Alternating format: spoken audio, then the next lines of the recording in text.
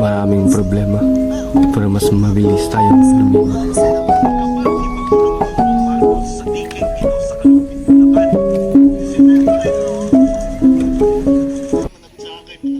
Uy, lumala na yung corruption sa Pilipinas ah.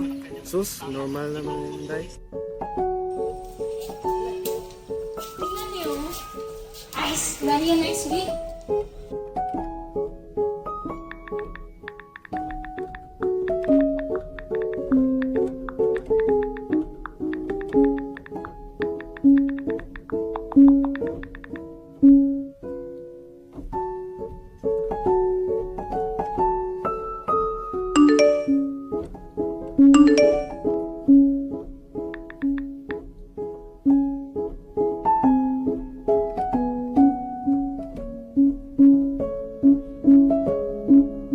Iskandalo ngayon, bukas wala na. Krisis ngayon, next week kalimutan na. Kaya paulit-ulit na lang ang nangyayari.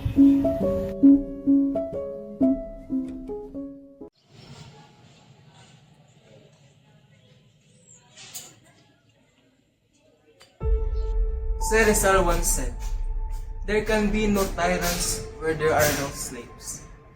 Ibig sabihin, walang abusado pag walang nagpapaloko. Walang makapang-aapi kung walang pumayag na maging tahimik. Vicky, muling nagpakita ng galit ang iba't ibang grupo at ito'y sa pagpapatuloy ng mga kwento ng pagnanakaw sa kaban ng bayan.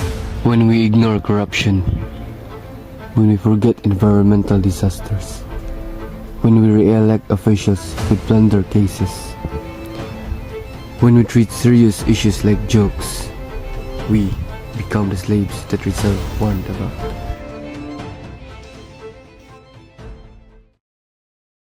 But when we speak up, when we stay informed, when we hold leaders accountable, the tyrant lose their power.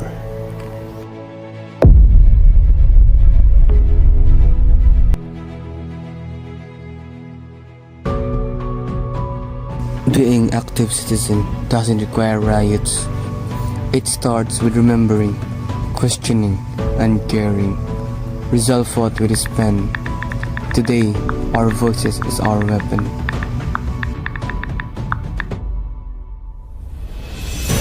Hindi tayo alipin. Hindi tayo bingi.